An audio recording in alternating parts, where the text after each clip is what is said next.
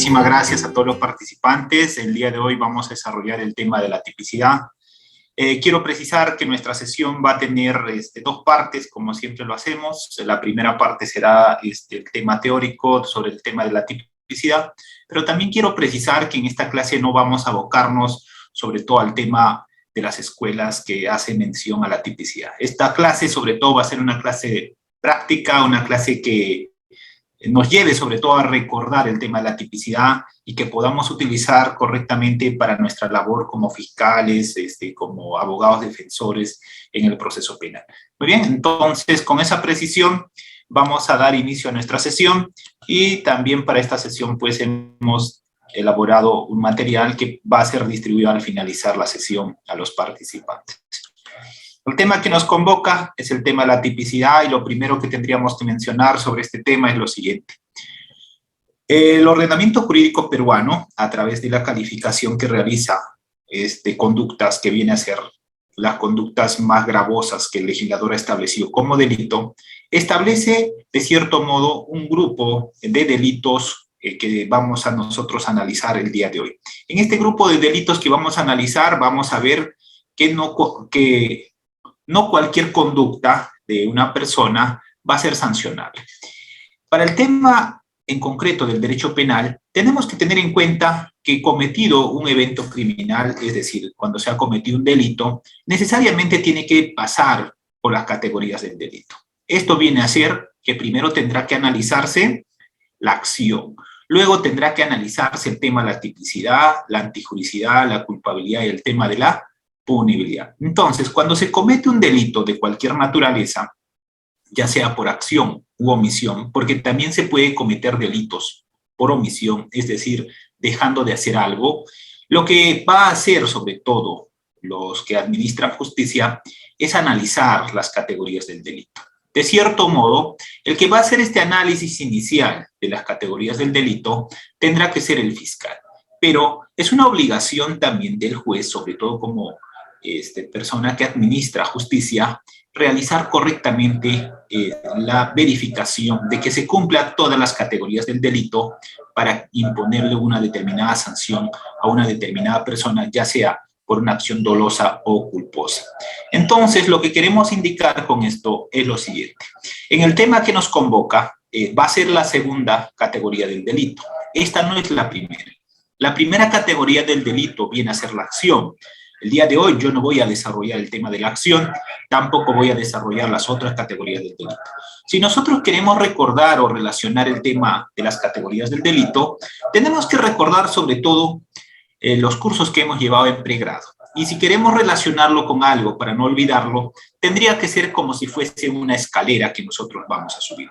Imagínese que usted vive en el cuarto o quinto piso y no existe en el edificio donde usted vive ascensor. Entonces, usted necesariamente tendrá que ingresar al primer nivel, subir por la escalera al segundo piso, al tercero, al cuarto, para llegar al quinto piso.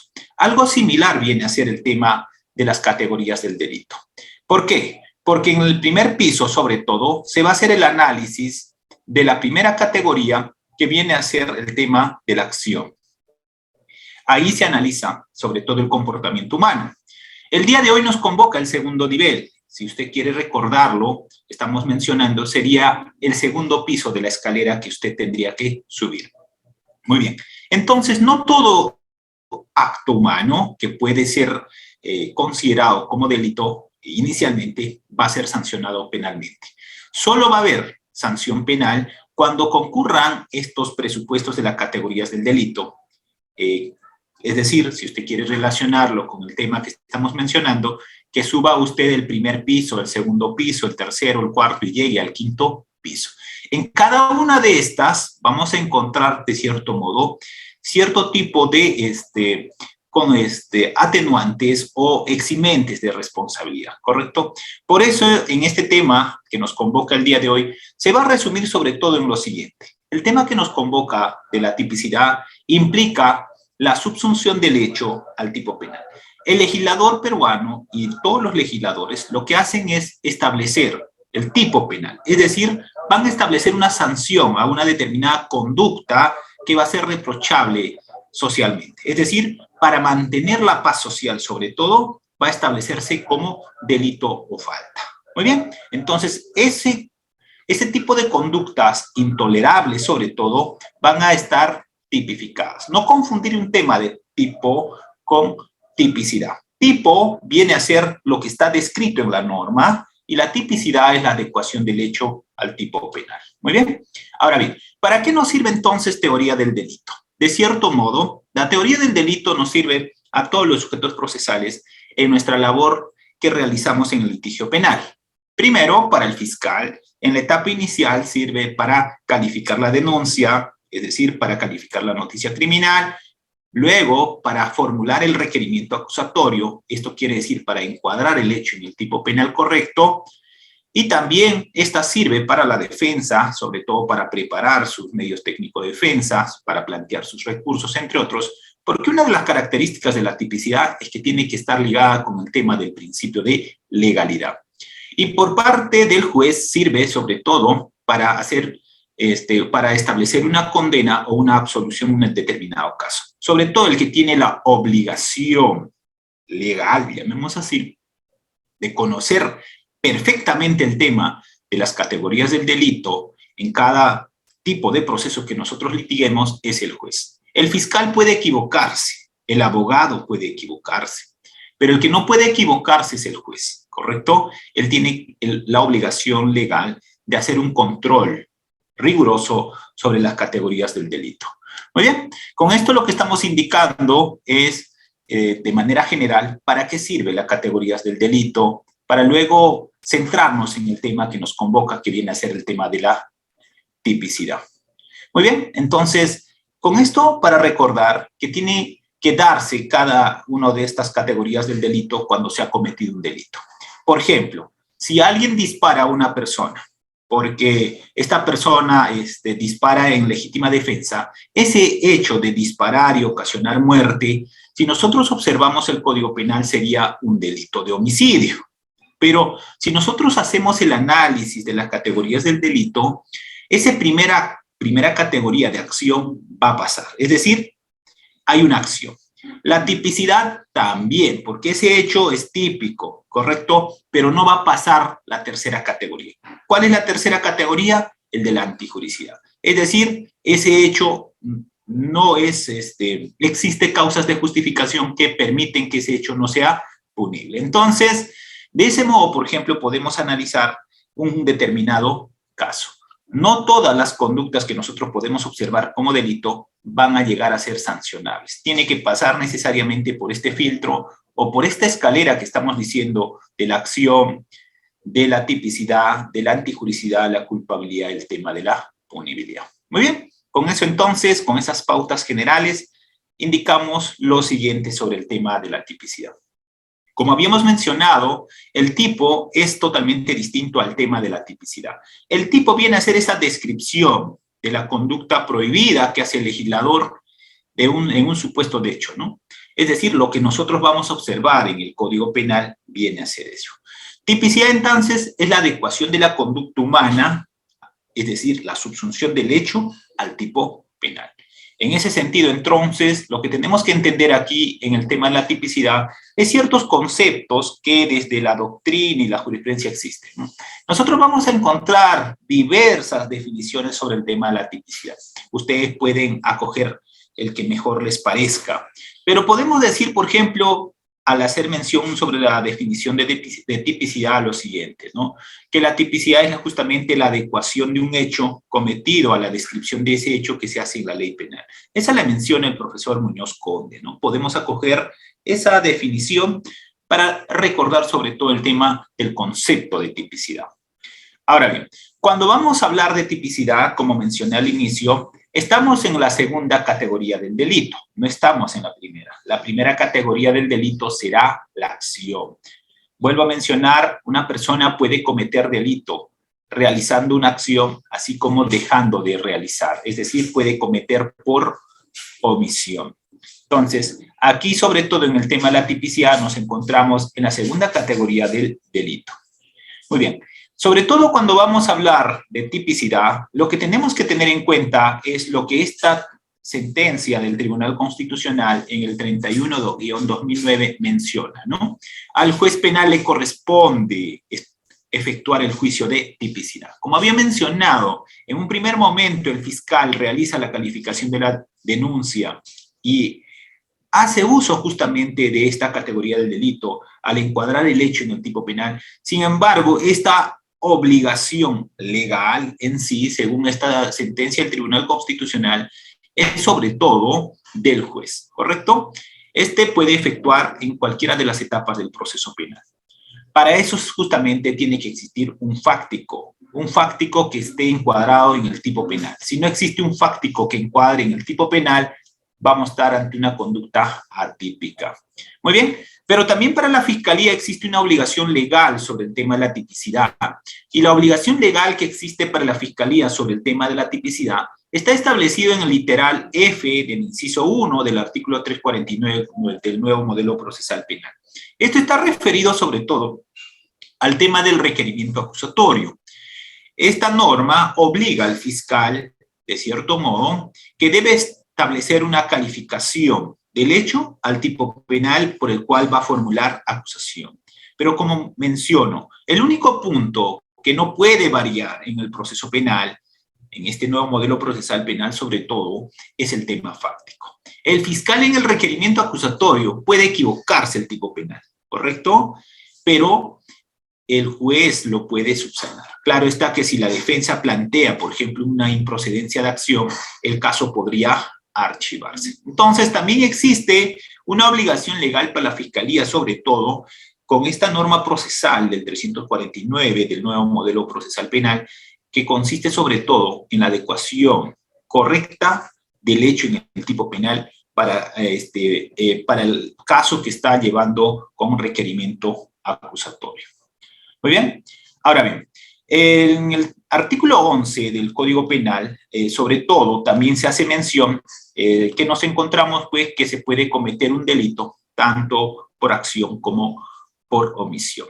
Y el tema de la tipicidad tiene muchísima relación con las funciones que este tiene, que lo vamos a desarrollar más adelante.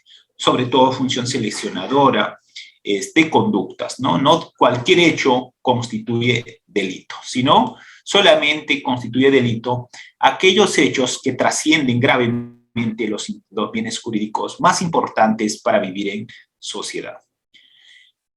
Entonces, en el tema de la tipicidad como categoría conceptual, se establece una relación de correspondencia del mundo fáctico con el tema normativo, ¿no? En este caso, como vuelvo a mencionar, tipicidad viene a ser la adecuación del hecho al tipo penal. En el tema de la tipicidad, vamos a encontrar como segundo elemento de la categoría del delito sus elementos que lo van a constituir, ¿no? Dentro de estos elementos que lo vamos a desarrollar el día de hoy, vamos a encontrar la conducta también, el sujeto activo, el sujeto pasivo. En otras palabras, van a ser sus requisitos indispensables de esta categoría del delito. En derecho penal, lo que tenemos que tener en cuenta es que siempre vamos a regirnos por este principio denominado principio de legalidad. En derecho penal está proscrita el tema de la analogía, es decir, no podemos resolver como si fuesen casos similares. El tema de la analogía, de cierto modo, es sobre todo para la aplicación en el derecho privado, que viene a ser derecho civil. En el tema del derecho penal, bajo este principio marco, que rige sobre todo para todas las actuaciones que vamos a realizar, es el principio de legalidad. De ese modo, lo que tendríamos que indicar sobre el tema de la tipicidad es algunos principios, sobre todo, que tenemos que recordar. Este tema no es nada nuevo. Aquí vamos a recordar sobre todo estos principios famosos que menciona, que no existe, no hay delito sin ley previa. Por ejemplo, el famoso nullum crimen sin ley, nullum crimen sin tipo, no hay delito sin tipo, no hay pena sin tipo y no hay pena sin delito. Es decir, si no existe una conducta que esté subsumida en un determinado tipo penal, no podemos hablar de tipicidad, ¿correcto? Entonces, ello significa entonces que siempre en derecho penal tiene que, si nosotros estamos en un determinado proceso, tiene que existir una conducta prohibida que se subsuma en un determinado tipo penal. Muy bien. En ese sentido, vamos a encontrar dentro del derecho penal una triple función del tipo, ¿correcto? Esta triple función del tipo van a ser los siguientes. Primero, es una función, vamos a encontrar una función seleccionadora. Esto de los comportamientos humanos penalmente relevantes, es decir, el legislador no va a sancionar todas las conductas. Debería sancionar solamente las conductas más gravosas para asegurar la permanencia de las personas en sociedad. Pero lamentablemente, en los últimos tiempos, tenemos una tipificación antitécnica, tenemos una tipificación masificada que no está acorde al mundo real en la que vivimos, ¿correcto? Por ejemplo, uno de ellos es el tema, por ejemplo, del feminicidio, ¿correcto? Segundo, vamos a tener como función del tipo, una función de garantía, en la medida que solo los comportamientos subsumibles en él, es decir, los establecidos, se pueden procesar, se pueden sancionar. No cualquier hecho podemos llevar a un proceso penal. Esta va a ser una garantía también para que las personas no seamos investigados, procesados o sancionados por hechos que no están establecidos como delitos o faltas. Pero también va a existir dentro de las funciones del tipo una función motivadora general, y esta función motivadora general, sobre todo lo que va a buscar es que determinadas personas que cometen delitos no lo vuelvan a hacer. Eso se denomina función de prevención especial, pero también existe una función de prevención general. Esto referido sobre todo a que las personas, al observar que a esta persona se le impone una determinada sanción, ellos se abstengan de ejecutar ese tipo de conductas. Si nosotros queremos ponerle un ejemplo, sobre todo a la función motivadora de general, podríamos mencionar del siguiente modo. Primero, a una determinada persona, por ejemplo, se le impone una pena privativa de libertad por el hecho de comercializar sustancias tóxicas, pongamos, o sea, marihuana, pasta, lo que ustedes quieran. La función de prevención especial sería referido concretamente a esta persona que comercializa o vende este tipo de sustancias. Es decir, a esta persona, como prevención especial, se le impone una sanción. Pongamos que se le ponga una pena de 10 años. Esa sanción que se le impone a esa persona, en cuanto a la prevención general, está enfocada a la sociedad.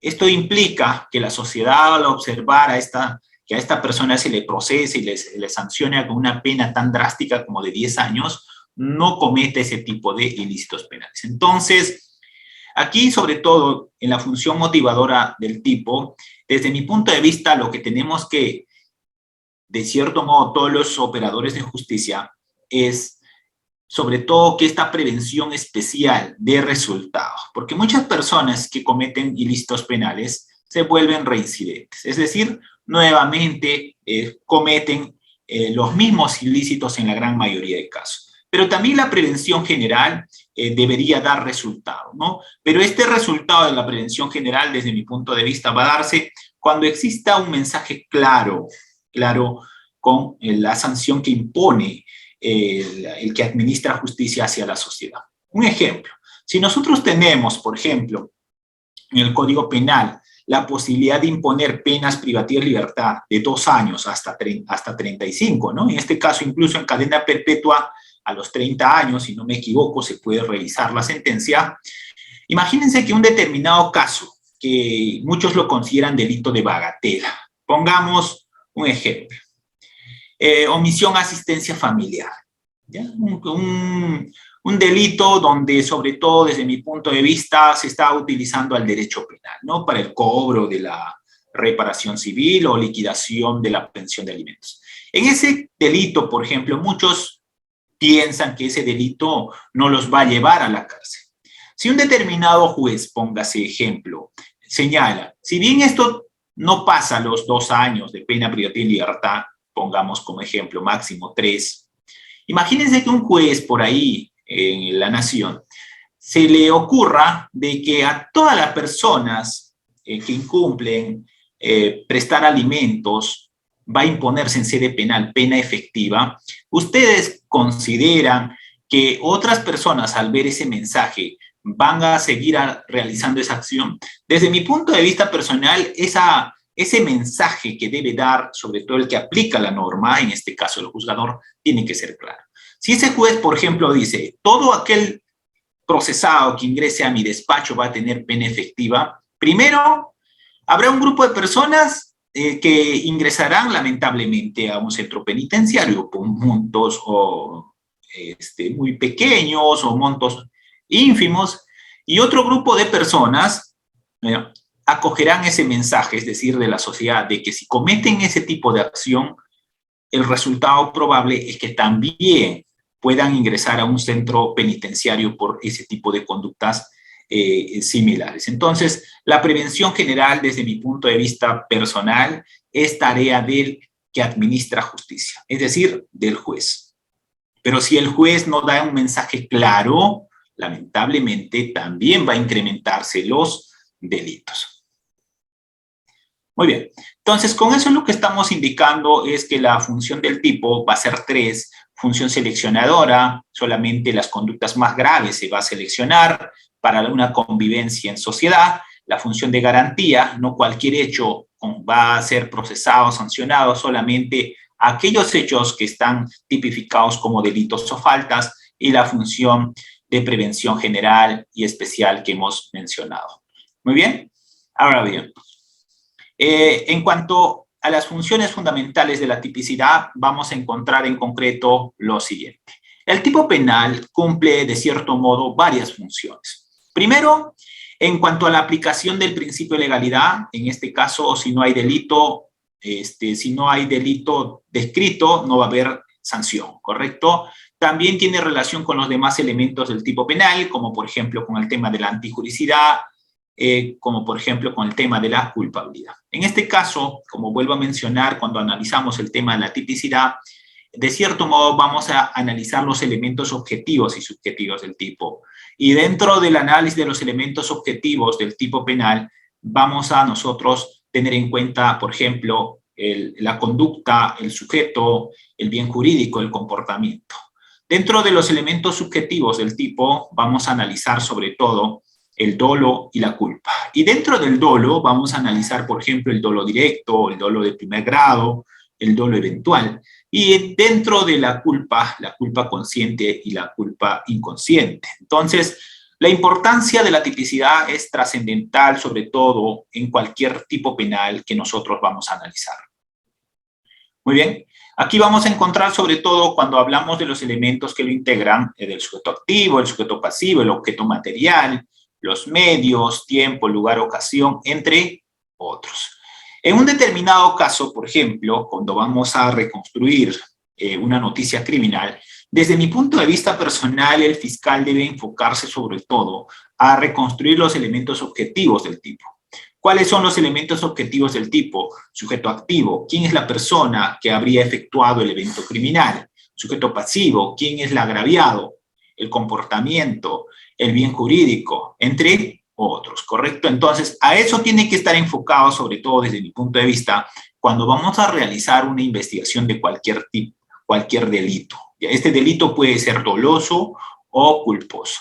En cuanto al tema de la clasificación de los tipos penales, existen varias clasificaciones. Pero para el día de hoy hemos traído una clasificación un poco más comprensible, sobre todo en resumen, para que pueda entenderse estos que seguramente muchos ya lo recordaron, ¿no? Esta clasificación sobre todo se ha tomado en cuenta del doctor Peña Cabrera, que estuvo hace unas horas en la ponencia también en Udiápolis, esto con la finalidad de recordar la clasificación del tipo. En este caso en concreto, el tipo se puede clasificar de acuerdo a su estructura. Esto viene a ser tipos básicos o tipos derivados. En los tipos básicos son aquellos tipos cuya descripción de una conducta se va a dar en la misma norma penal, ¿no? Los tipos derivados pueden ser agravantes o atenuantes del tipo básico, por ejemplo, homicidio por piedad, el robo agravado, entre otros. Entonces, existen varias clasificaciones del tipo.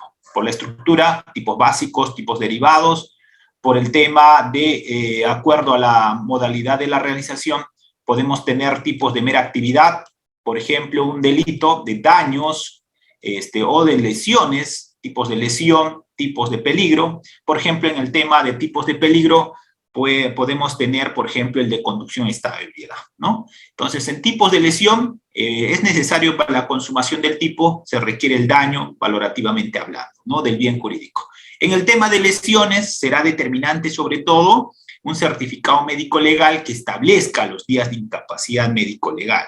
Es decir, en temas de lesiones, este es un tema netamente médico. Ahí, para realizar la valoración, necesariamente tendremos que tener ese dato.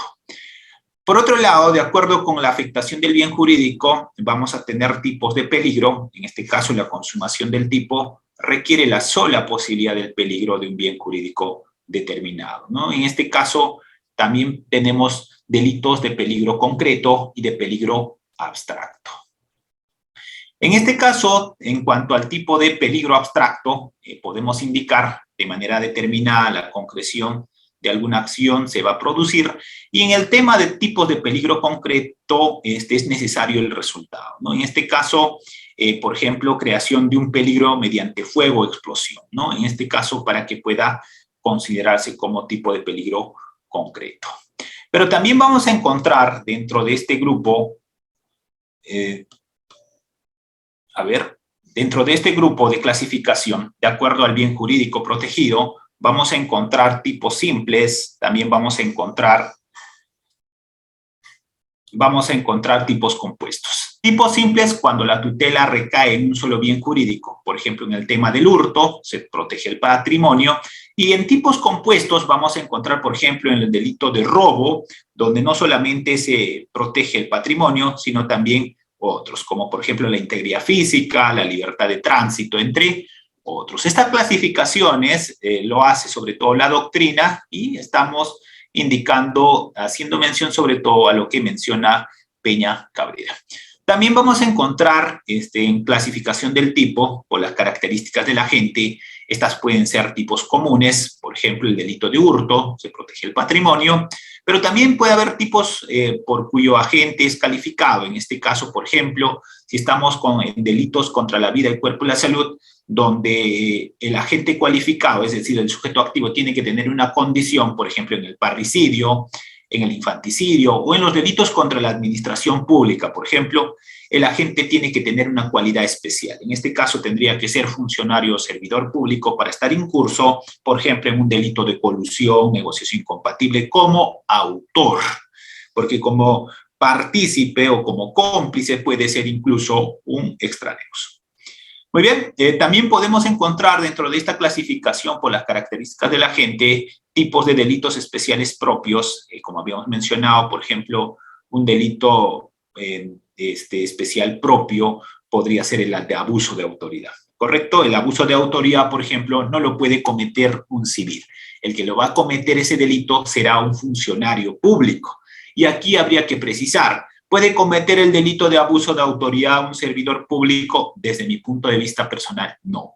Imagínense que hay un grupo de efectivos policiales y la denuncia dice los efectivos policiales que estuvieron realizando el desalojo, todos esos efectivos policiales cometieron abuso de autoridad. No, en el abuso de autoridad el que va a cometer delito va a ser el funcionario público, es decir, el que dirige, ¿correcto?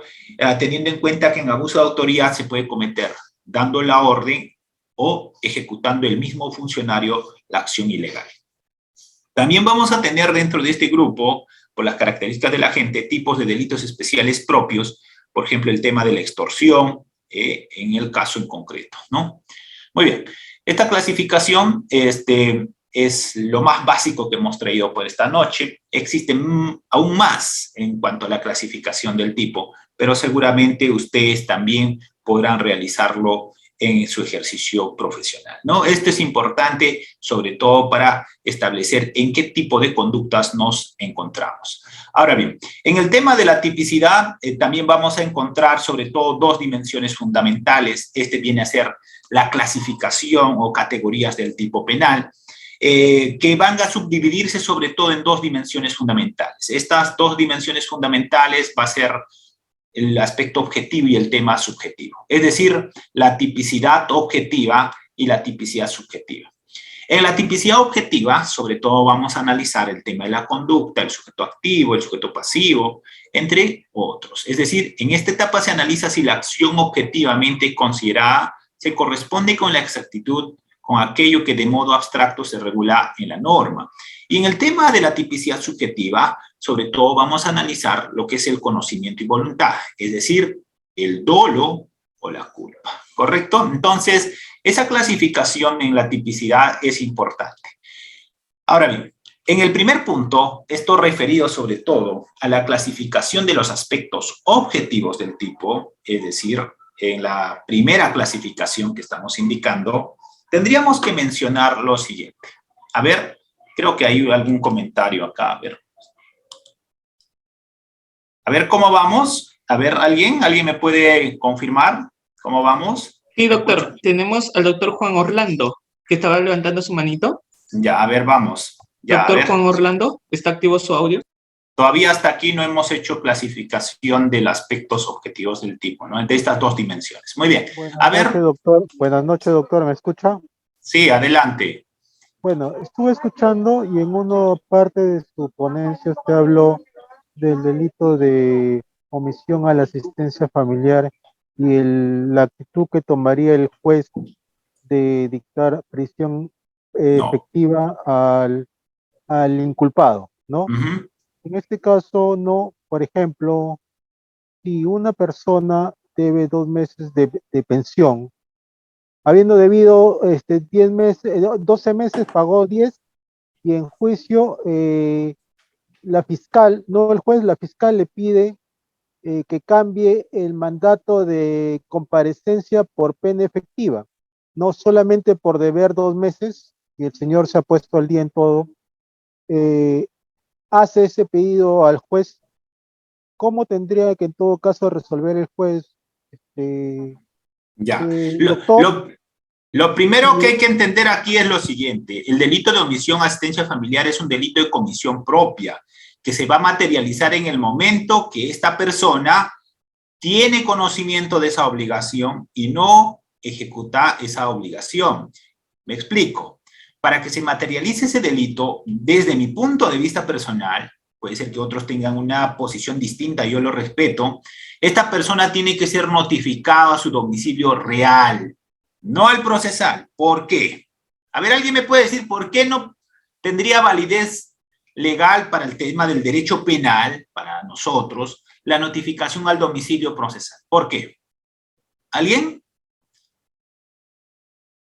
¿Alguien me puede decir por qué? ¿Por qué es necesario que se notifique al demandado en el domicilio real para que tenga trascendencia penal del ejemplo que nos está mencionando el colega? Estimados participantes, están activos sus audios, pueden activarlo ustedes mismos. Profe, muy buenas noches. Porque tiene que estar debidamente notificado. No. A ver, vamos a escucharle a quién. ¿Quién está con el audio? A ver. Por favor, ¿puede prender su cámara para yo observarte también? Estamos con la cámara. Participantes, damos pase al doctor Mario Puente. Doctor Mario Puente, puede intervenir. Levanten su manito siempre. A ver, vamos. Buenas noches, doctor. Buenas noches, compañero. Buenas noches con todos. La pregunta que dijo es para la radio procesal, doctor. No. ¿Por qué es necesario en el ámbito, para nosotros, para el ámbito penal, que exista la notificación al domicilio real y no al procesal? Para decir que aquí hay delito de omisión a asistencia familiar. A ver, vamos, a ver con alguien más, a ver, para absolver esa duda, ¿no? Porque yo creo que de este grupo va a salir alguien que tiene un caso similar y mañana, el lunes va a presentar un documento a la fiscalía. A ver, vamos, a ver, ¿alguien? Listo. Estimado doctor, para ya tener como precedente, los participantes que quieran intervenir, solamente los que tengan activo su cámara. Estimados participantes, los que quieran intervenir en este momento pueden levantar su manito y está, pero siempre con su cámara activa, por favor. Ya, muy para bien. que el doctor los pueda ver. A ver, es importante conocer eso y justamente ahí se analiza el tema de la tipicidad por la adecuación del hecho al tipo penal. Llevando a nuestro tema ese ejemplo. ¿Por qué es necesario que el juzgado de paz letrado le notifique esa liquidación de pensión de alimentos a su domicilio real. Tenemos al doctor Raúl. Doctor Raúl, está activo su audio. Gracias por activar su cámara. Muy buenas tardes, muy buenas noches, doctor. Es preciso que se le notifique a su domicilio real porque el obligado debe tener conocimiento de que se le está requiriendo ese pago. Podría fácilmente excusarse el obligado, o sea, en ese caso el imputado en el ámbito penal, de que no tuvo conocimiento de esa obligación. Si es que se le notificara a su domicilio procesal, podría excusar diciendo que el abogado pues es civilista y no le hizo llegar, ¿no es cierto?, esa resolución de pensión de alimentos a su patrocinado. Ya. ¿Y eso qué tiene que Yo ver? creo que es preciso, doctor. Ya, correcto. Eso tiene que ver por un tipo de que se denomina comisión por omisión. A ver, ¿me entienden esa palabra que estoy mencionando? Comisión por omisión. Es decir, desde mi punto de vista personal, puede existir varios criterios. Yo respeto todas las posiciones, pero para mí, ese delito es de comisión propia. ¿Qué quiere decir? Que solamente puede cometer el delito ¿quién? El directamente obligado. El abogado no puede cometer el delito por el otro. ¿Correcto? Entonces, desde mi punto de vista personal, ese delito es de comisión propia y este señor, para que cometa el delito, tiene que tener conocimiento. Y pese a tener conocimiento, este señor, y teniendo las posibilidades económicas, no cumple con esa obligación. En ese instante, se materializa ese tipo penal de omisión a la asistencia familiar desde mi punto de vista personal. Para otros dirán, no, basta que este señor se haya personado con su abogado al proceso civil y se le ha notificado en su domicilio procesal o legal. Para mí, no, para mí personalmente no se habría materializado el delito de omisión a asistencia familiar. ¿Por qué? Porque muchas personas en nuestro país, cuando tienen procesos de alimentos, como en Azángaro, no buscan un abogado por 5 soles, solamente para la firma. ¿Alguien pasó por detrás de la Corte Suprema?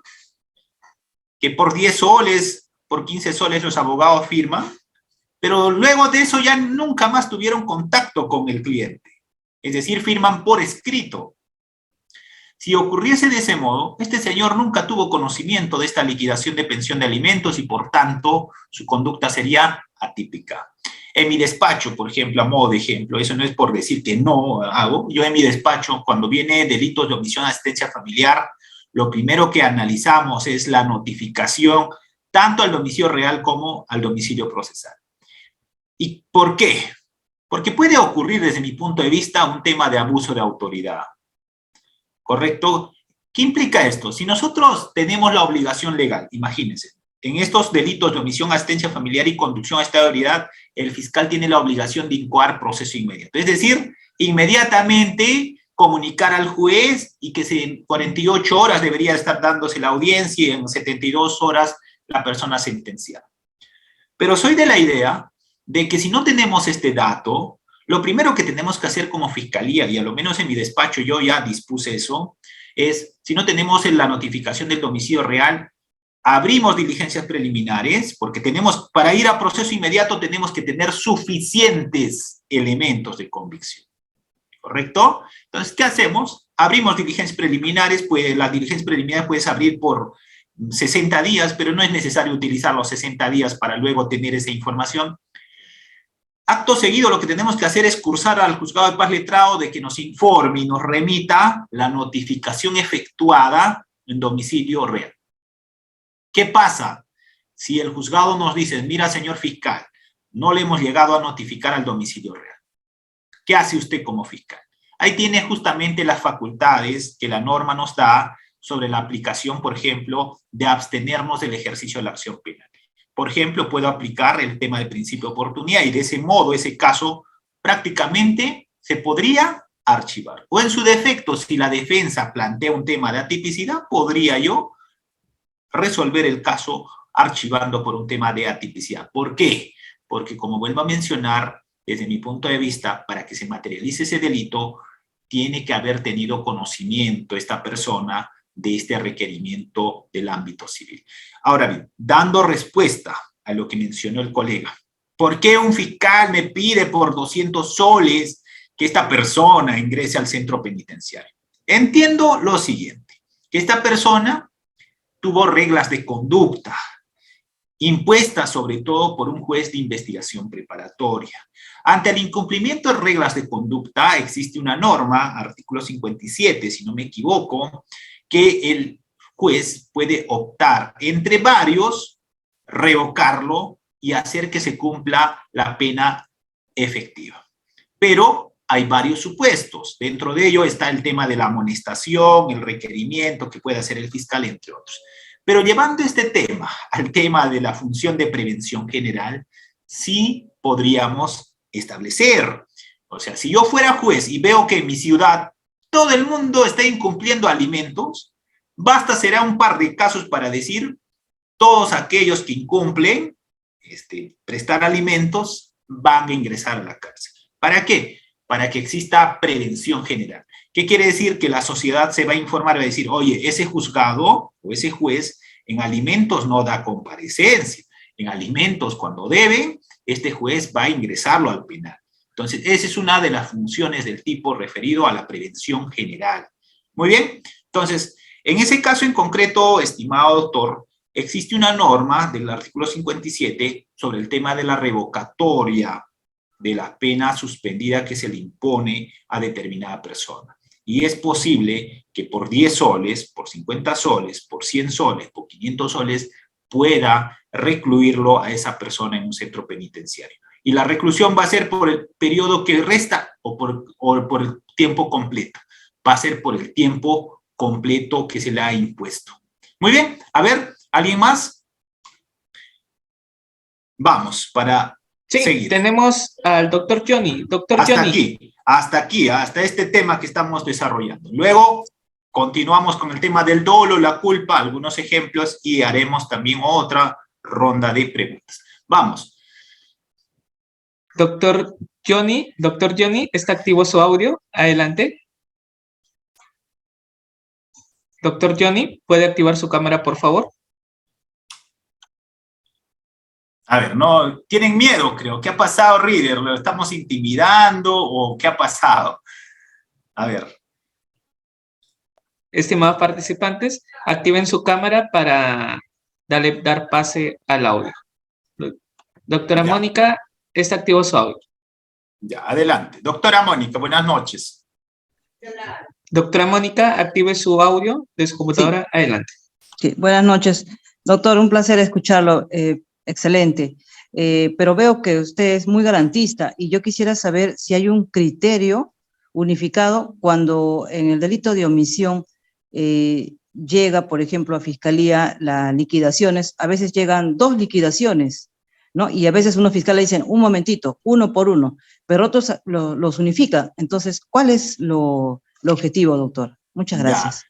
Primero, no podemos unificar, porque justamente estamos en derecho penal. El derecho penal, justo bajo este principio de legalidad, nos va a hacer una delimitación de tiempo. Y sobre todo en omisión de asistencia familiar va a haber tiempos, ¿correcto? Periodos. Ahora bien, en tema de omisión de asistencia familiar podemos dar hasta 2 oportunidades al investigador, con la aplicación de principio de oportunidad. La tercera ya no, pues. La tercera, como quien dice, la sanción será el que corresponda. Entonces aquí, sobre todo, no es ser garantista, desde mi punto de vista, sino es aplicar la norma correctamente. Un tema, por ejemplo, es ver de que en el aspecto procesal existe estas famosas figuras que se llama de simplificación procesal. Cuando yo, por ejemplo, en estos casos que estoy mencionando, yo no hago incoación de proceso inmediato, sino que dispongo que se aperturen diligencias en mi despacho. Cuando yo voy a citar a principio de oportunidad, yo desde ya le menciono a los abogados que va a ser en una sola cuota. Yo no voy a permitir los 8 o 9 meses que la norma permite. Yo tengo la facultad de abstenerme de continuar con ese proceso penal. Y segundo, yo no me voy a llenar de casos de carga durante 8 meses estando notificando, llamando, señor, cumpla, no ha cumplido, voy a comunicar al juez, voy a formalizar. No. se tiene que establecer ciertas pautas. Y eso, por ejemplo, desde mi despacho hemos hecho ya de ese modo, que así como prevención general, ya los abogados saben, si quieren someterse al principio de oportunidad, primero coordinen cuánto deben y ese monto consigan y nosotros aplicamos principio de oportunidad. Cuando sean montos altos, por ejemplo, 8.000, 7.000 soles, hasta ahí podemos establecer hasta 3 cuotas. Pero si es montos de 2.000 soles, 2.000, 3.000 soles en una sola cuota. Y de ese modo, la persona, la parte agraviada, también siente que las autoridades le están haciendo justicia. ¿Correcto? Si no pudo el juez civil ejecutar esa liquidación, aquí la otra autoridad fiscal o judicial debe hacerlo, ¿no? Entonces, desde mi punto de vista personal, es criterio. Yo, a lo menos, algunos me dirán, pero te estás llenando de casos con estos mega casitos chiquitos, pero esos mega casitos chiquitos, en la gran mayoría, tienen trasfondo un problema social que tenemos que solucionar nosotros. Muy bien, vamos con otro. ¿Alguien más para continuar? Ya, antes de olvidarme de este tema, ¿qué hacer entonces como abogado? Ya, eso he dicho como fiscal. Ahora, siempre me gusta ponerme en la otra parte. ¿Qué hago como abogado defensor? Como abogado defensor, lo que yo te recomendaría es que si tú defiendes un caso de omisión a asistencia familiar, primero verifica este punto. ¿Cuál? Que esté correctamente notificado en el domicilio real del demandado. ¿Correcto? La siguiente pauta ya no te voy a decir porque te estaría prácticamente dando todo. Tienes que aprender. Tal vez en otra sesión, creo que ya hicimos, ¿no, Rider? De omisión a la asistencia familiar, ¿no? Sí, doctor, Creo. Fueron 2 sesiones. Correcto, tienen que matricularse en ese curso para escuchar las claves. Muy bien, entonces vamos, continuamos. Entonces, en el tema que nos convoca, que viene a ser el tema de tipicidad, nosotros analizamos 2 aspectos concretos también. Aquí vamos a analizar sobre todo un aspecto objetivo, que viene a ser los aspectos objetivos del tipo, y este es el punto que todo asistente en función fiscal o fiscal, o el que investiga, policía, tiene que tener en cuenta. ¿Qué voy a reconstruir de un evento criminal? Oye, acaba de ingresar una noticia criminal, dice que le han hurtado su celular valorizado en 10.000 soles. Muy bien. ¿Hacia dónde tiene que estar enfocado mi teoría del caso? A reconstruir los elementos objetivos del tipo. ¿Qué quiere decir? La conducta. ¿La conducta cómo es? ¿Activa o omisiva? Y para establecer si esta conducta es activa o omisiva, tendré que recabar elementos de convicción. Luego tendré que identificar al sujeto activo, al sujeto pasivo, el nexo causal, el resultado, entre otros. Entonces, esta aplicación que estoy mencionando en lo práctico debe darse. ¿Correcto? Entonces, cuando vamos a realizar búsqueda de información en diligencia preliminar de la preparatoria, mi objetivo tendrá que estar enfocado a reconstruir los aspectos objetivos del tipo. Puede existir elementos descriptivos, normativos, entre otros, pero lo más importante para nosotros es esto. Pero dentro de estos aspectos objetivos del tipo vamos a encontrar la conducta. Como había mencionado también en un determinado momento, la conducta viene a ser, o la acción, el primer presupuesto. Pero aquí la conducta que nos importa, sobre todo, es lo siguiente.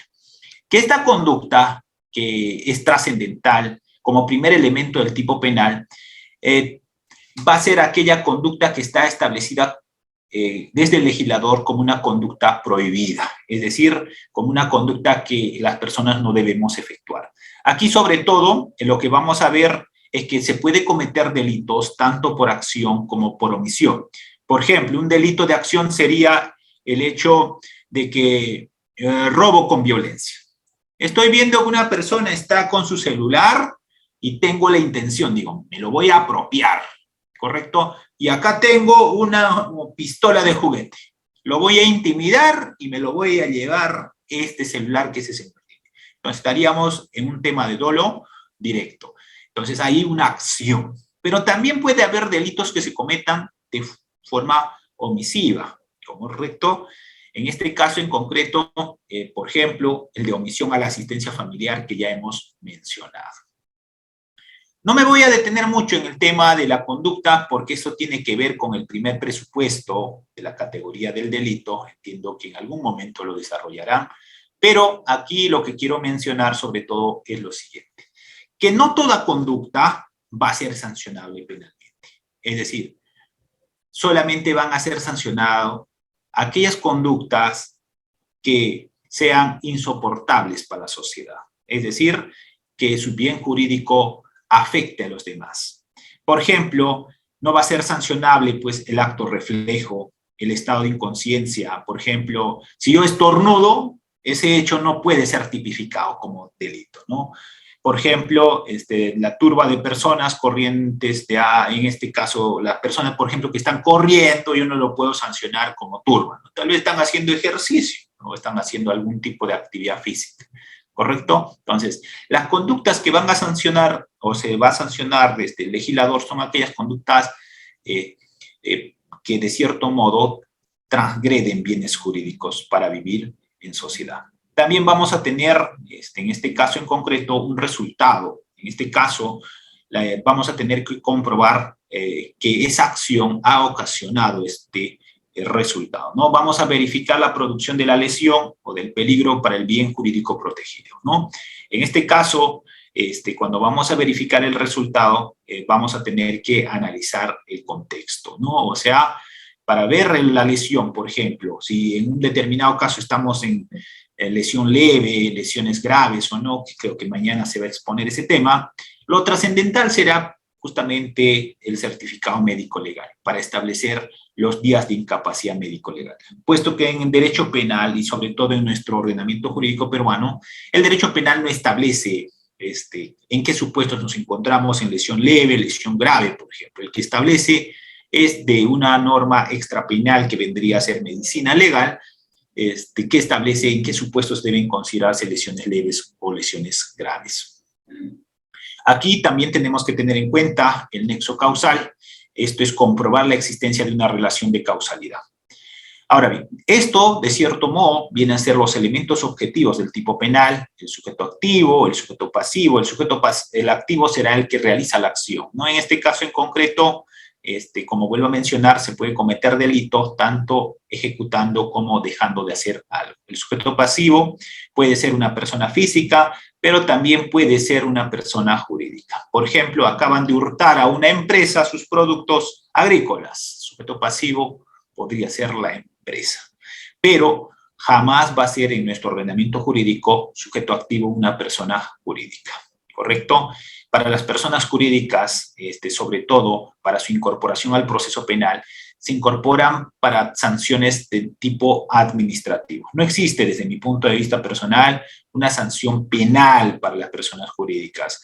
El tema, por ejemplo, no podemos equiparar la pena privativa de libertad o pena suspendida con medidas accesorias que se establece el artículo 104, 105 del Código Penal. Ese tipo de sanciones administrativas, desde mi punto de vista, para las personas jurídicas, están netamente enfocadas a otro tipo de sanción distintas al tema penal para las personas naturales. Entonces, el sujeto activo, por ejemplo, en el tema del homicidio, será aquella persona, en este caso en concreto, persona natural, ¿no? Muy bien. Ahora bien, el sujeto pasivo, sobre todo, es el que ha sido ofendido, es la víctima en la gran mayoría de casos. Y el bien jurídico protegido son aquellos intereses de la sociedad que tienen una importancia fundamental, sobre todo para vivir en sociedad. Vamos a tener, por ejemplo, en delitos contra la vida, el cuerpo y la salud, la vida, por ejemplo, en los delitos contra el patrimonio, un hurto, un robo, el patrimonio, entre otros. Y aquí me quiero centrar, un minuto. En los delitos contra el patrimonio, a ver, yo les pregunto a ustedes, ¿cuál es el requisito indispensable? Si mañana, imagínense, hoy acaban de hurtarme este equipo, yo voy a la comisaría del sector, denuncio, y digo, señor efectivo policial, me han hurtado mi celular valorizado en 5.000 soles. En delitos contra el patrimonio, ¿qué es trascendental? Además de mi declaración. A ver, ¿alguien? ¿Alguien? Sí, doctor. Tenemos al doctor Harold, que activó su cámara. Doctor Harold Soto, gracias por activar su cámara. Sí, Está activo su audio. Adelante. Sí. Sería la preexistencia del bien, ¿no? Que se ha sustraído. Ya, preexistencia del bien. ¿Y existe norma que obliga a la preexistencia del bien? A ver, para los demás, ¿existe norma que me obliga a la preexistencia del bien o no? Doctor Ya, Harold. Doctor Harold. Siguiente. A ver, siguiente. Vamos con Fernando. Doctor Fernando, activar su video, por favor. ¿Sí? Adelante, está activo también su audio. A ver, ¿existe norma que me obliga a la preexistencia del bien o no? A ver. Primero, doctor, acreditar tanto la preexistencia como la titularidad del bien. Ya, muy bien. Ya. Luego, taxativamente no existe norma que obligue a ello, sin embargo. ¿Cómo que no va a haber? A ver. Sin embargo, Disculpe, doctor, estimado doctor, disculpe no cortarme. Usted dice que no existe. A ver, ¿alguien tiene un código? Artículo 201, artículo 201 del Código Procesal Penal. A ver, sí, Código Procesal Penal. 200, ¿qué número, doctor? 201. Ya, 201, aquí está. A ver si no me equivoco. Informes técnicos oficiales. No. 201 del Código Procesal Penal. Sí, preexistencia y valoración. Ya, ¿qué dice? Ya, hace mención, en los delitos contra el patrimonio deberá acreditarse la preexistencia de la cosa materia del delito con cualquier medio de prueba idóneo. Ya, y dos, ya, hasta ahí nomás. Listo, doctor. La valorización. Ahora dime, a ver, ¿quién me dijo que no tenía una norma legal que me obligaba? Ya, en delitos contra el patrimonio existe una norma que me obliga, que yo debo acreditar la preexistencia. Si acaban de hurtar mi celular viejito que vale 2.000 soles, yo tengo que acreditar con cualquier documento idóneo que este equipo me pertenece. Segundo, la valorización. Si no hago de ese modo, ¿qué va a pasar? ¿Qué puede pasar? A ver, ¿alguien me dice? A ver, vamos a preguntarle a Carla Solari. ¿Qué pasaría, Carla? Doctora Carla, ¿está activo su audio? ¿Cómo resolverías si fueras fiscal? Doctora Carla, ¿está activo su audio? ¿Que tiene activo su cámara? Adelante, doctora. A ver, ¿cómo resolverías como fiscal si el agraviado no acredita conforme a este artículo 201? ¿Cómo resolverías el caso en diligencias preliminares? Supongo, doctor, que no habría en realidad cómo probar que se ha cometido el delito, ¿no? Porque no. ¿El delito no se ha cometido o falta un elemento de convicción? Falta un elemento de convicción que sería, pues, no el acreditar que en realidad existía el bien jurídico, ¿no? Por el que se está denunciando. Muy bien. En este caso, por ejemplo, cuando estemos en este tipo de delitos, tienes que acreditar. Si no acreditas, no puedes formalizar investigación preparatoria. ¿Por qué no puede formalizar investigación preparatoria, doctor Henry Muñoz? A ver, ¿por qué? ¿Por qué sería? Doctor a ver, no le escucho, Henry no le Muñoz. escucho. Sí, está activo su audio. Adelante, mi tocayo. ¿Qué tal, doctora? Buenas noches. Desde mi punto de vista, no procedería a formalizar investigación preparatoria por cuanto no se ha acreditado la preexistencia del bien. ¿Ya? No por eso, sino porque no existe elemento de convicción suficiente para vincular al autor o partícipe en el evento criminal, ¿correcto? Uno de los requisitos para formalizar es que exista por lo menos un dato, indicio, que lo vincule directamente. Si este señor no me acredita que es el titular de este bien, yo no puedo forzar la figura de la formalización. Entonces, ¿qué voy a hacer como fiscal? Voy a tener que archivar por falta de elemento de convicción hasta este estadio procesal, ¿no? Si este señor más adelante acredita, me trae su boleta, me trae su valorización de este bien, yo lo puedo reabrir el caso y continuamos con la investigación. A ver, ¿alguien más? A ver, me quería detener en delitos contra el patrimonio porque, como he mencionado, existe una obligación legal. ¿Alguien más? A ver. Sí, doctor. Por favor, estimados participantes, los que van a intervenir, activar su cámara, por favor, para darles pase. Tenemos al doctor García. Doctor García, ¿cómo está? Buenas noches. ¿Está activo su audio, doctor García? Adelante, doctor. Gracias. Buenas noches, doctor. Buenas noches, compañeros. Bueno, como decía el doctor, si no se cumple este elemento, se estaría afectando el principio de legalidad en todo caso, ¿no es cierto? Y no se podría continuar con las diligencias para llegar a la etapa de investigación preparatoria, ¿sí? Ese era mi aporte. Gracias. Gracias. Efectivamente, estamos ahí. ¿Estamos? ¿Alguien más? A ver. Vamos. Continuamos. A ver, ¿alguien Estimados más? participantes, activar su cámara. Tenemos al doctor Raúl. Doctor Raúl, está activo su audio. Usted que tiene la cámara activa. Muy buenas noches, doctor. ¿Qué sucede en el delito de daños concretamente cometido en un terreno agrícola de una comunidad campesina? Que, claro, el fiscal le va a requerir acreditar con el título de propiedad, porque únicamente el propietario es sujeto pasivo del delito. Pero resulta que el comunero, si bien usufructúa el bien inmueble y el daño que le han generado allí, no ostenta título de propiedad, sino ostenta el título de propiedad de la comunidad campesina. Este caso es común ver, doctor. Yo soy de aquí de Moquegua, le comento, y los fiscales archivan liminarmente el caso porque dicen, en principio usted no es sujeto pasivo del delito.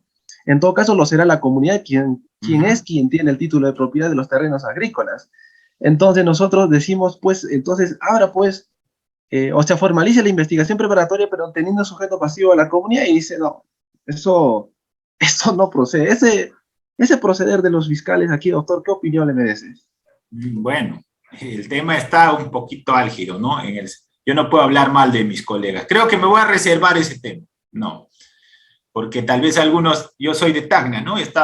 Tacna limita con Moquegua, así que pronto voy a estar por allá. Prefiero no dar mi comentario sobre los fiscales de Moquegua. Sí, pero doctor. En ese caso en concreto, la norma exige la acreditación del daño, ¿correcto? Y el daño se puede acreditar con cualquier tipo de medio de prueba, ¿no? Puede ser una pericia, si es, por ejemplo, daños a temas agrícolas, tendré que llevar un ingeniero agrónomo, por ejemplo, para que me haga la cuantificación del daño, ¿correcto? Yo no voy a llevar un ingeniero civil pues, para ese tipo de conductas, ¿no?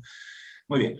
Doctor, tenemos al doctor Luis Quinde. Doctor Luis Quinde, gracias por activar su cámara.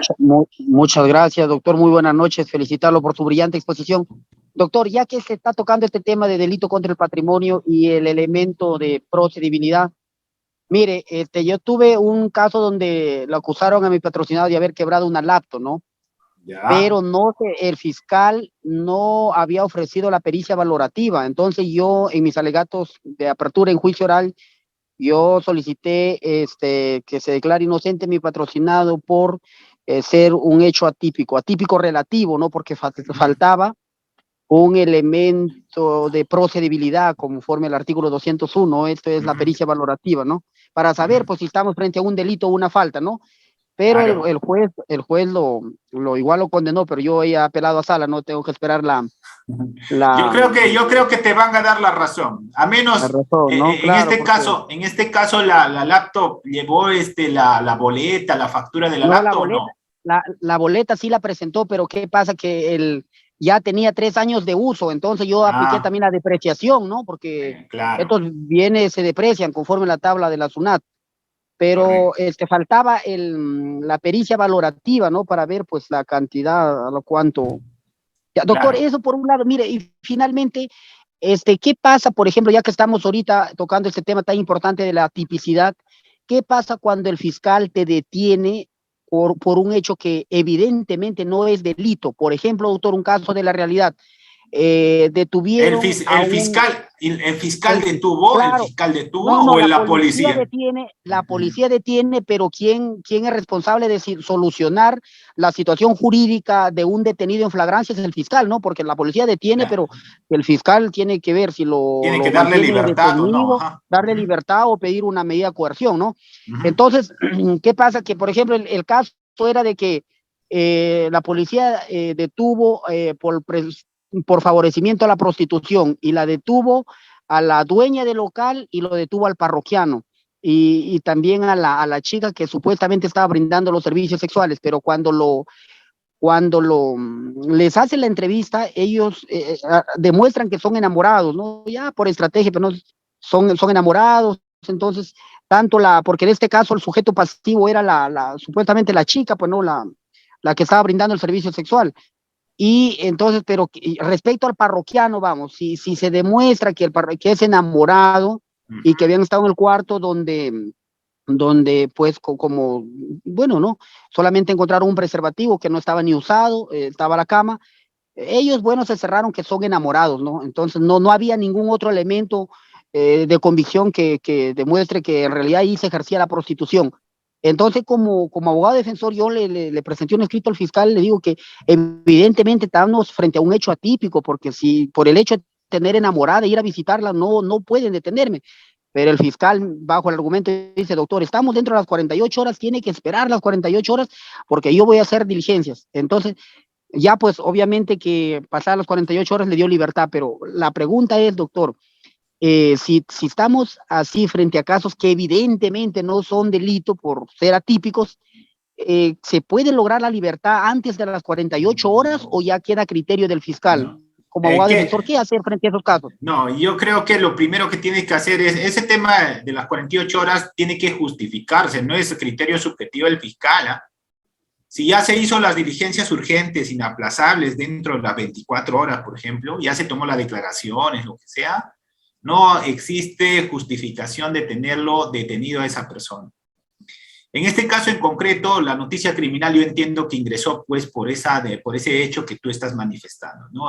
Favorecimiento a prostitución. Yo entiendo que habrá algún dato que justifique esa detención, y con la precisión de que el que detiene no es el fiscal, el que detiene es la policía. Y el otro tema, esa detención entiendo que se ha dado en flagrancia delictiva, no se ha dado en un proceso penal común, ¿no? Recuerden que la detención solamente se da en dos supuestos: flagrancia delictiva dentro de las 24 horas y cuando no existe flagrancia delictiva, orden judicial. Muy bien, vamos a continuar, ¿correcto? Estamos en el tema del bien jurídico, todavía nos falta el tema del dolo, la culpa, y tenemos ejemplos para mencionar y vamos a participar. Muy bien.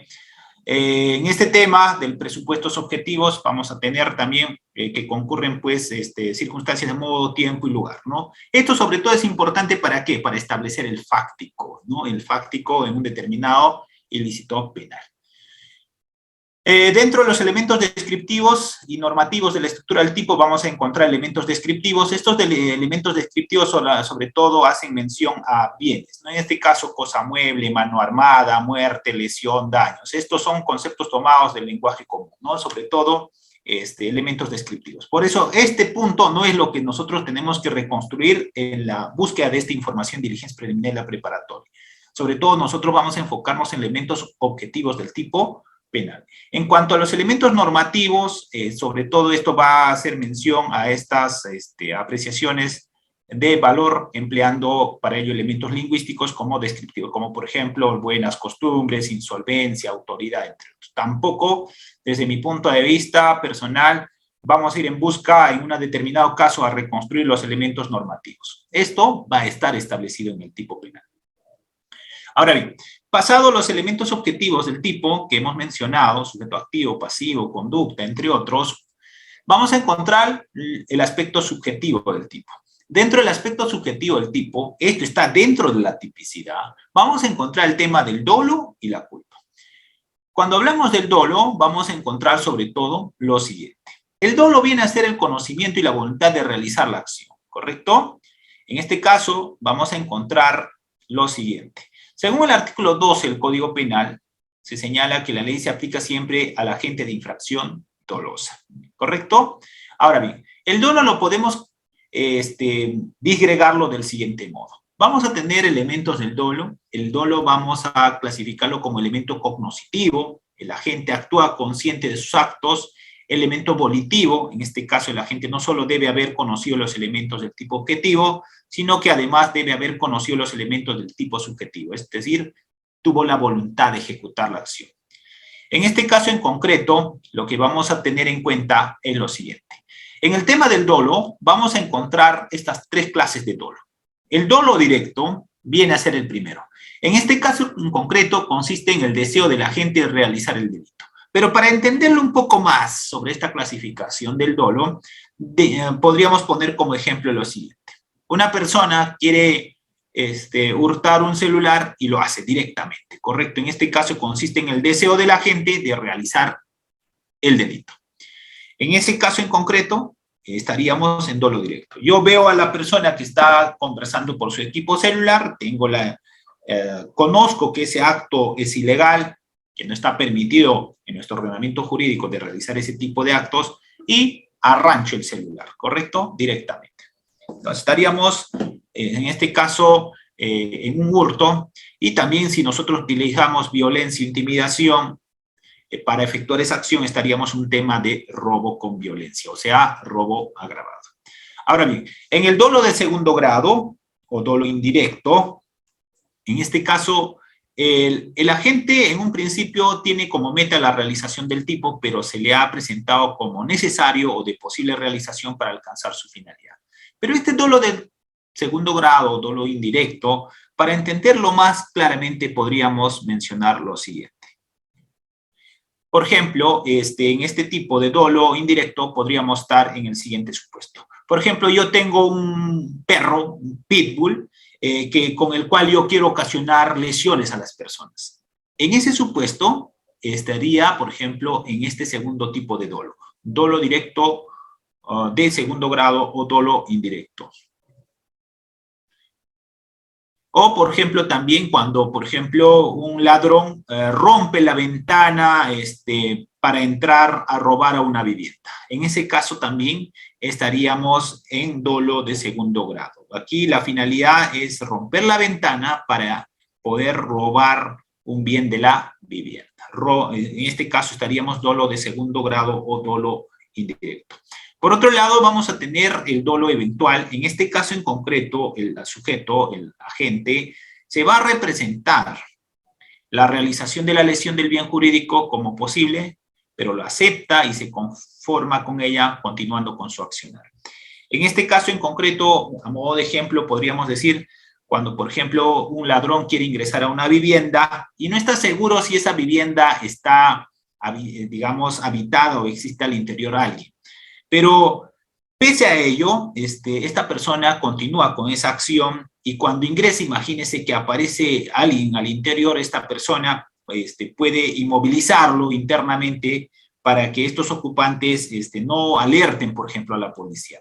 En este caso en concreto, en ese supuesto, estaríamos en dolo eventual. Otro ejemplo del dolo eventual sería, por ejemplo, si yo conozco una avenida donde existe, por ejemplo, un colegio, un nido, una universidad, donde debe transitarse, por ejemplo, por 30 kilómetros por hora. Pero yo, sabiendo que es por esa avenida, por esa calle, le cruzan niños, personas, un día me represento ese resultado, es decir, pienso que sí puede pasar una persona y yo lo puedo atropellar, y pese a esa representación que tengo, me confío y ese día acelero ya no a 40, sino a 80 y atropello a una persona y ocasiono lesiones. Puede ser lesiones graves o muertes. En este caso, estaríamos también en ese ejemplo, por ejemplo, en dolo eventual. Entonces, este tipo de dolos lo que nos permite, sobre todo, desde la tipicidad, establecer es lo siguiente. Si la acción fue ejecutada directamente por el agente, si de cierto modo, en el dolo de segundo grado, sobre todo, tuvo como meta la realización del tipo, o en el tema del dolo eventual, si se representó o no para su ejecución, ¿correcto? Pero el tema de la pena va a ser lo mismo, ¿correcto? Aquí no va a variar nada. Aquí también es importante verificar la concurrencia de los elementos subjetivos, en este caso el ánimo, el propósito, la intención, sobre todo en el tema del dolo.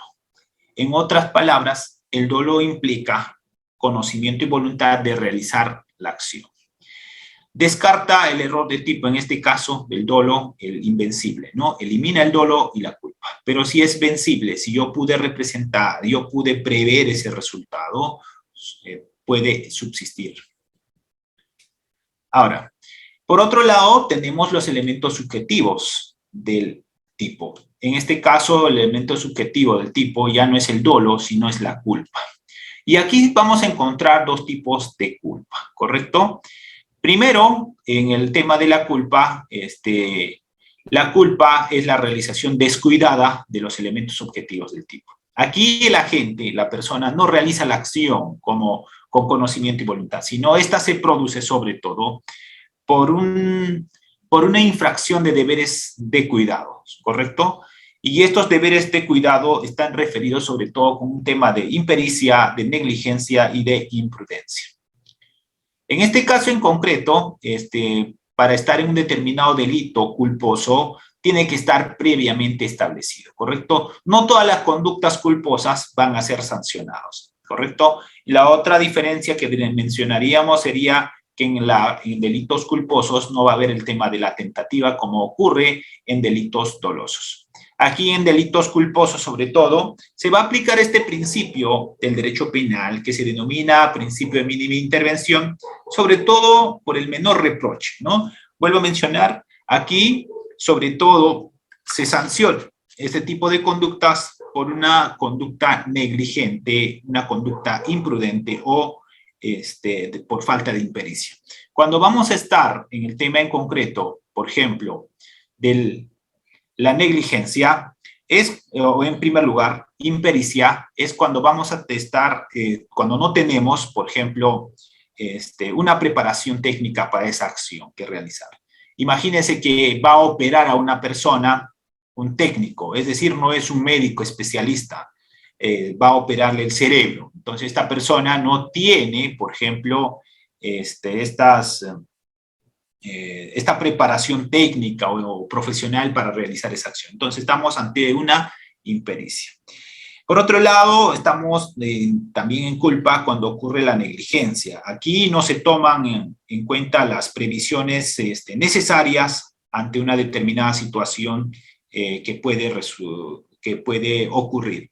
Imagínense que el médico va a hacer una operación y el médico no ha realizado previo a la operación todos los análisis. Y esta persona tenía un determinado mal que en el producto de la intervención pudo haber fallecido, ¿no? O la negligencia sería también que el médico, por ejemplo, deje la gasa o algún instrumento que utilizó para la operación al interior del cuerpo de esta persona, ¿correcto? Si esta fue de forma negligente, podría ser culposo su conducta, pero si esta la dejó de forma intencional, su conducta será dolosa. También en este tema de la culpa, vamos a ver el tema de imprudencia. En este caso en concreto, es cuando de manera, en este caso de imprudencia, cuando de manera confiada la gente no actúa con la atención debida, ¿no? En este caso, imagínense que usted está conduciendo su vehículo y observa pues que en la pista están caminando personas y usted, sin intención de ocasionarle lesiones, atropelló a uno de ellos, ¿correcto? Entonces ahí podríamos estar en imprudencia, porque debió haber tomado en cuenta estas acciones como buen conductor. Ahora, entonces, en este caso del aspecto subjetivo del tipo, sobre todo en la culpa, para diferenciarlo es lo siguiente. Aquí tiene que existir un deber subjetivo de cuidado, ¿no? Es decir, una infracción a una norma extrapenal sobre todo, y aquí podemos hablar de un deber de cuidado interno, ¿no? En este caso, este deber de cuidado interno va a estar referido a normas de cuidado por parte del sujeto activo, ¿no? En este caso, del agente que va a realizar la acción. Ahora bien, si nosotros quisiéramos entonces un poco mencionar sobre el tema de la culpa, para hacer la diferencia con el dolo, mencionaríamos del siguiente modo. En el tema de la culpa, en el aspecto subjetivo, no existe la intención del agente de ocasionar el daño. Esta, sobre todo, se va a efectuar por una infracción de un deber de cuidado, ¿correcto? Que va a estar relacionado con impericia, con negligencia o imprudencia. El elemento subjetivo de los delitos culposos tienen que ver con aquellas que dan origen a esa forma de realización de impericia, negligencia e imprudencia. Ahora bien, para establecer si una conducta es culposa, se tiene que tener en cuenta estos dos elementos. Primero, el subjetivo, en el que debe probarse que el agente del delito obró con impericia, negligencia o imprudencia. Y segundo, el aspecto objetivo, en este caso, el resultado, ¿correcto? Esta parte de la impericia, negligencia e imprudencia debe probarse, ¿correcto? Debe probarse. Muy bien. Y la sanción también es distinta a las sanciones dolosas, ¿correcto? Muy bien. Ahora, haciendo más o menos una similitud en el aspecto subjetivo del tipo, diríamos lo siguiente, que en el tema de la conducta dolosa debe comprobarse el dolo. El dolo no se va a presumir, debe comprobarse el dolo. No cabe la presunción. Debe coincidir el tipo objetivo y el tema subjetivo. El tipo objetivo, lo que hemos dicho, la conducta, el sujeto activo, el sujeto pasivo, entre otros. ¿Correcto? Y en el tema subjetivo, el dolo. Dolo de primer grado, segundo o dolo eventual. En el tema del delito culposo, en este caso el agente no actúa con dolo. En este caso el autor no pretende realizar la acción. Aquí se comete el delito por infracción de un deber objetivo de cuidado que va a conllevar sobre todo a un tema de impericia, negligencia o imprudencia. Muy bien. Ahora bien, ¿y cuándo vamos a estar ante una conducta típica? Vamos a estar ante una conducta típica cuando una conducta, cuando el hecho no se subsuma al tipo penal, ¿correcto? Cuando una conducta parece cumplir con los elementos de la tipicidad, pero falta alguno de ellos. Una conducta es antijurídica, pero no está descrita en la ley penal. Para que exista una sanción penal por cualquier delito doloso o culposo, este segundo elemento del tipo penal necesariamente tiene que ser analizado, ¿correcto? No necesariamente cualquier hecho va a tener como resultado una sanción. Si no pasa este filtro de la tipicidad, el caso va a tener que ser archivado. Ahora bien, entonces con eso lo que estamos indicando es lo siguiente. La tipicidad, como hemos visto, es la segunda categoría del delito y es el más importante desde mi punto de vista personal. Viene a ser la adecuación del hecho al tipo penal. El primero viene a ser la acción. La acción típica es solo aquello que se acomoda a la descripción objetiva. En este caso, las conductas que van a prohibirse van a estar establecidas a través de esta tipicidad, ¿correcto? Adecuación del hecho al tipo penal. Si usted quiere resumirlo, lo que estamos mencionando es, va a haber una norma y un hecho. La subsunción será el tema de la tipicidad. La tipicidad se encuentra fundamentada en este artículo 2, inciso 24 del artículo 139 de la Constitución Política.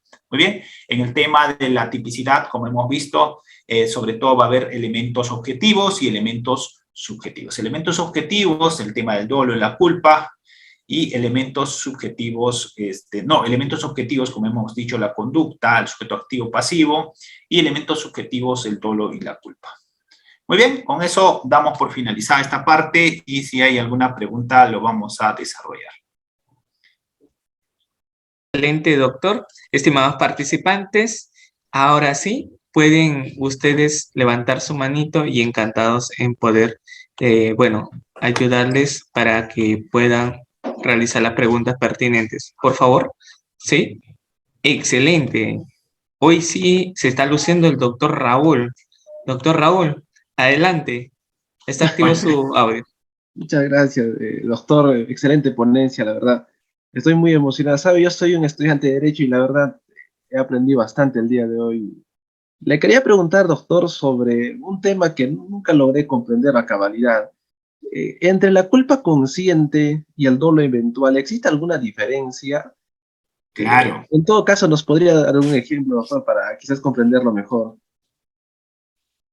Ya, en el tema de la culpa consciente y el dolo eventual, claro, el tema del dolo tiene que ver con la forma deliberada e intencionada de la acción. En el tema de la culpa consciente, en este caso el agente se representa, ¿no? De que no quiere causar esta lesión del bien jurídico, pero aquí confiado, igual que en el dolo eventual, en este tema de la culpa consciente, confiado que el agente no se va a producir ese resultado, ejecuta esa acción. Es muy pequeña desde mi punto de vista personal una diferencia entre culpa consciente y dolo eventual. En el dolo eventual igual el agente se representa, ¿correcto? El resultado, lo acepta, y conforme con ese resultado que puede ocurrir, continúa con la acción.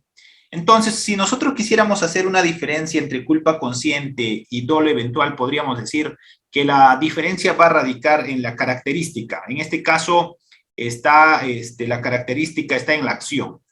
En el dolo va a haber la acción de ejecutar la conducta, y en la culpa, no, en se va a confiarse, se va a confiar de que eso no va a ocurrir, sin embargo, va a producirse un resultado. Un ejemplo de culpa consciente sería un médico, por ejemplo, que va a operar, sabe que todos los instrumentos deben estar esterilizados, ¿correcto? Sin embargo, al día de la operación, pese a sus conocimientos, él no verifica esta esterilización previa que debió tener estos instrumentos y opera, por ejemplo, ¿no? Entonces, con esa culpa consciente podría ocasionar, por ejemplo, lesiones en el cuerpo de esta persona que va a operar. Pero el límite es tan pequeño entre culpa consciente y dolo eventual. Excelente, doctor. Ahora sí, doy pase, está activo justo su cámara del doctor Luis Rodrigo, y luego damos pase al doctor Joel, que están activos su cámara. Doctor Luis Rodrigo, adelante. Bienvenido. Bien, doctor, buenas noches. Sí, pues, dime, buenas noches. Justamente mi pregunta también recae en el tema del dolo eventual y la culpa consciente, ¿no? O sea, eso ya ocurre en el fuero interno de la gente, ¿no? Cuando se considera que su conducta va a actuar como si nada fuese a pasar en el caso de la culpa consciente, y en el caso del dolo eventual se representa al resultado dando un desprecio por el bien jurídico. Pero bueno, eso pasa en el fuero interno. Pero ¿cuál sería esa prueba para poder diferenciar en el caso de que el hecho sea visto por un testigo? O sea, el testigo externo no va a imaginarse que la gente actúa con dolo eventual o con culpa consciente, ¿no? O sea, claro. ¿cuál sería? El tema es que en la culpa consciente hay una posibilidad, ¿no? En cambio, en el otro acepta el resultado, ¿no? Eso, en la culpa consciente, la posibilidad es, como dice, confiado en que no va a ocurrir ese resultado, esta persona realiza la acción, ¿no? En cambio, en el otro, sabe el resultado, sabe que puede ocurrir ese resultado, y confiado de que va a ocurrir ese resultado, continúa con esa acción. Si existe, es que esto tiene que ver con el aspecto subjetivo, pues no es un poco difícil el tema probanza, pero si existen testigos, como tú dices, tendríamos que nosotros analizar los elementos de convicción, como por ejemplo el testigo diga, ¿no? Si estábamos en una calle donde transitan niños, adolescentes y hay un colegio, ¿qué es lo que observó? Yo observé que el carro estaba a 80 kilómetros, entonces eso no nos va a dar, pues, como resultado una culpa consciente, ¿no? Eso será una acción dolosa bajo este amparo que estamos mencionando de dolo eventual. De acuerdo, doctor. Excelente. Doctor Mario Puente, está activo su audio. ¿Usted está activo su cámara? Adelante. A ver. Buenas noches, doctor, y buenas noches, compañeros, colegas, en la cual, como dijo el doctor, ¿no? En el artículo 205 del Código Penal y el 330, cuando el fiscal necesita en la etapa preliminar los elementos de convicción y acreditar, ¿no?, el daño, en caso, para que se convierta en delito, tiene que pasar el sueldo mínimo vitae, porque si caso no pasa ese sueldo básico vitae, lo manda al juzgado de paz también, doctor. Claro que sí. Esos son faltas. Cuando, por ejemplo, claro, puede ser que inicialmente la noticia criminal me diga que este equipo valga, yo digo, no, vale 1.200, ahora estamos con 1.000, ¿cuánto estamos, Reader? Tú que estás en el tema de las UITs, ¿cuánto estamos ahora? Mínimo vital. 1.200 creo. 1150. Ahí está, Algo por ahí. ya. Imagínense que... Ahí está el doctor, justo el doctor Mario Puente. Ya. Los pobres tenemos ahí. Pero esto es lo que ha incrementado el Estado, no tiene coherencia con la realidad. ¿Por qué? Porque el empleo no ha aumentado. Si bien se ha aumentado el mínimo vital, pero hay personas que en nuestro país ganan debajo del mínimo legal. Entonces no tiene justificación. Esto ha sido un populismo legislativo, ¿no? Tiene que tener correlación con la productividad que existe en el país o con el empleo. Entonces, como decía el doctor, si yo denuncio y digo, mira, me acaban de hurtar el equipo celular, este equipo que ya lo tengo buen tiempo. Y yo le digo, ese equipo cuando era nuevo me costó pues caro, ¿no? Para aquel momento. Pero al día de hoy no creo que tenga un valor superior a los 1.000 soles. Entonces, es necesario justamente en delitos contra el patrimonio, sobre todo, acreditar la preexistencia y acreditar que supere, en este caso en concreto también, el mínimo vital, ¿no? Si no pasa los 1.150 que me han indicado, este caso será remitido a juez de paz. Muy bien. 1.025 me dicen. A ver, ¿cuál es el? A ver, Reader, quiero aprender ese dato hoy día. A ver, 1.050 a todos, doctor, entonces 1.050. Que no escuchen mis jefes. Adelante, doctor Luis. Doctor Luis, bienvenido. Qué bueno sacar una sonrisa haciendo ya casi 11 de la noche. Doctor Luis, ¿cómo está? Qué gusto. Doctor, adelante. Doctor, caramba, un honor, como siempre, escuchar su brillante exposición. Doctor, no me quedó claro los elementos objetivos del tipo culposo. El subjetivo, sí, imprudencia, negligencia, impericia. ¿Y el objetivo del tipo culposo? El objetivo del tipo culposo es que similar, igual la conducta, tiene que haber todo. Aquí lo único que va a diferenciar es que en el tipo culposo hay una infracción de un deber normativo. Esa es la diferencia. Igual hay una conducta, igual hay un sujeto activo, igual hay un sujeto pasivo. Lo que no va a haber, la diferencia con el tema del tipo objetivo en la culpa, es una infracción de un deber objetivo de cuidado que tiene que estar relacionado con impericia, imprudencia o negligencia. Esa es la diferencia. Excelente. Doctor Víctor, buenas noches. Doctor Víctor, qué gusto saludarlo. Está activo su audio. Gracias, doctor. Doctor, gracias por excelente la ponencia. Doctor, en el caso del delito de usurpación de un local en flagrancia, la policía ingresa por la casa queriendo ingresar al local para recuperar el local. ¿Ese acto podría invalidar el acta de intervención policial? A ver, que analicemos primero. La usurpación de una casa, tú me dices. De un local, doctor. De un local y el efectivo policial ingresa por la casa que es contigua al local, ¿no? ¿Y para qué ingresa el efectivo policial ahí? Para recuperar el local, supuestamente como estaba en flagrancia, según el parecer de la policía, para recuperar tenía que ingresar por atrás, por la casa, porque era supuestamente más fácil el ingreso. Pero tenía que haber ingresado por la puerta delantera, pues si está flagrancia, ¿cuál era el impedimento de ingresar por la parte posterior? Sí, eso también y seguro habría que ver si está en flagrancia o no. Imagínense que cuando me dice flagrancia hay que entender que está dentro de las 24 horas. ¿Sabes? Con sí, dentro de las 24 horas estaba, doctor, dentro de las 24 horas. Por eso. En ese caso no hay necesidad de ingresar por atrás. Si se demuestra que esa persona tenía posesión de ese lugar o ese puesto, lo que tú me indicas, eso la policía tiene que ingresar por donde corresponde. En este caso, por la parte delantera. Lo primero que tendría que hacer una constatación, pues, ¿no? Y luego, en este caso, ver quién tiene la posesión. Recordemos que en ese tema de usurpaciones no se protege la propiedad, se protege la posesión, ¿correcto? El acta puede ser invalidado o no, habría que analizar el contexto, ¿no? Me parece medio raro que la policía ingrese por un lugar distinto al que normalmente debe hacer.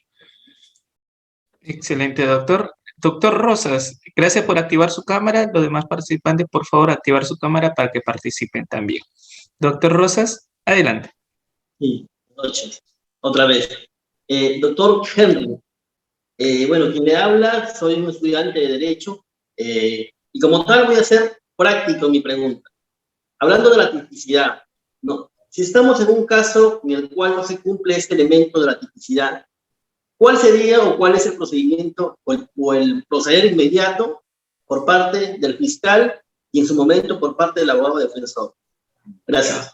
Por parte del fiscal, archivar el caso por la tipicidad. Uno de los fundamentos para poder archivar en diligencias preliminares es que el hecho no constituye delito. ¿Y cuando no va a constituir el hecho no constituye delito? Cuando no se subsuma o no subsume ese hecho al tipo penal. Acabas de ponerme como noticia criminal. Reader me ha enviado un cohete satelital desde el espacio y me ha ocasionado daños psicológicos. Pongamos que pones así tu denuncia, ¿correcto? Ese hecho no está tipificado como delito, por tanto no pasa esta conducta que tú me indicas a este segundo filtro de la categoría del delito que viene a ser la tipicidad, ¿correcto?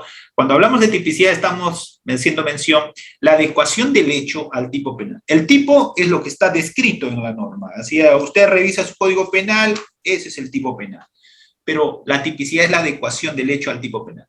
Lo que en concreto, lo que nosotros investigamos en fiscalía, en este proceso penal, debatimos, son hechos de trascendencia penal. No cualquier hecho, sino hechos que están subsumidos como delito, ¿correcto? Mi vecina acaba de chismearme X cosa, eso no es delito, pues, ¿correcto?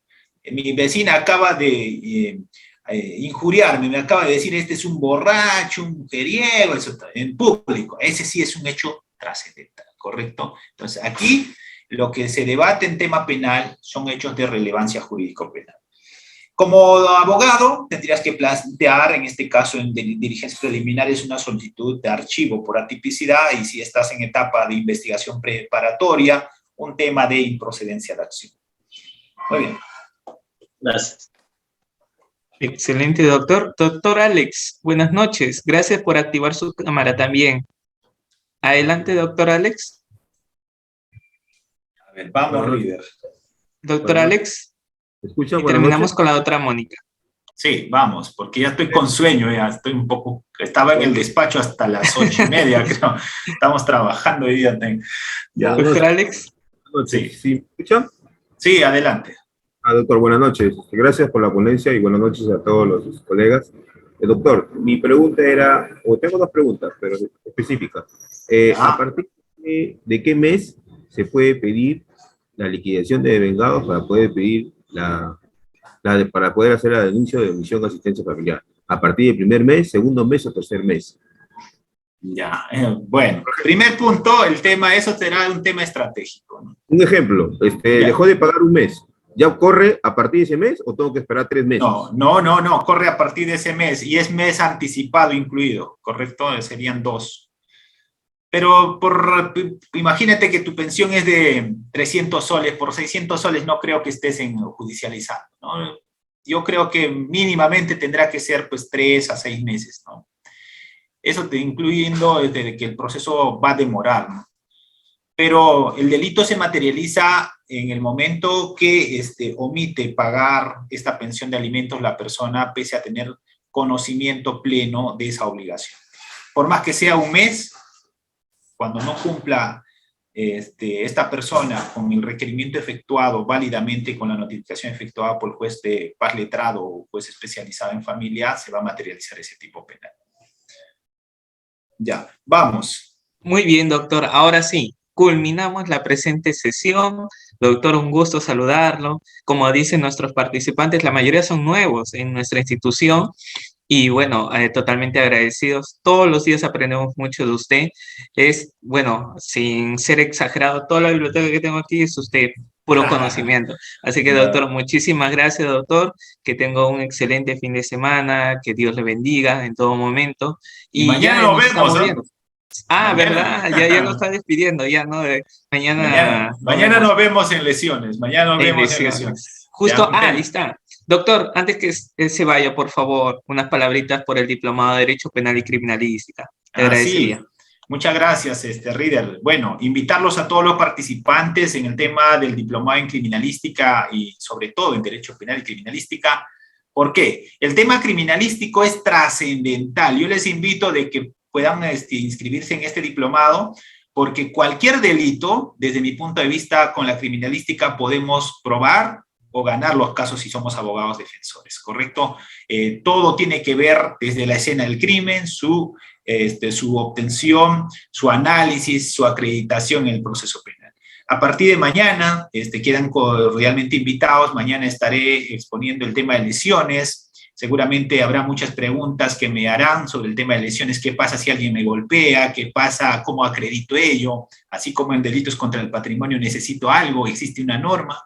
¿Qué hago si, por ejemplo, a consecuencia de esas lesiones fallece algún familiar o producto de un accidente de tránsito? ¿Cómo puedo hacer, por ejemplo, si yo estoy conduciendo mi moto y atropello a alguien, ¿puedo irme preso o no? ¿O puedo solucionar mi caso a nivel de la Fiscalía, del Poder Judicial? ¿Cómo podría ser? Bueno, entre otros que vamos a absolver mañana en el tema que nos convoca netamente de lesiones vinculado a temas criminalísticos. Vamos, muy bien. Muchísimas gracias a Reader, Audiápolis y claro que sí, a Dios sobre todo por permitirme estar con ustedes y a ustedes por darse tiempo esta noche. Hasta pronto.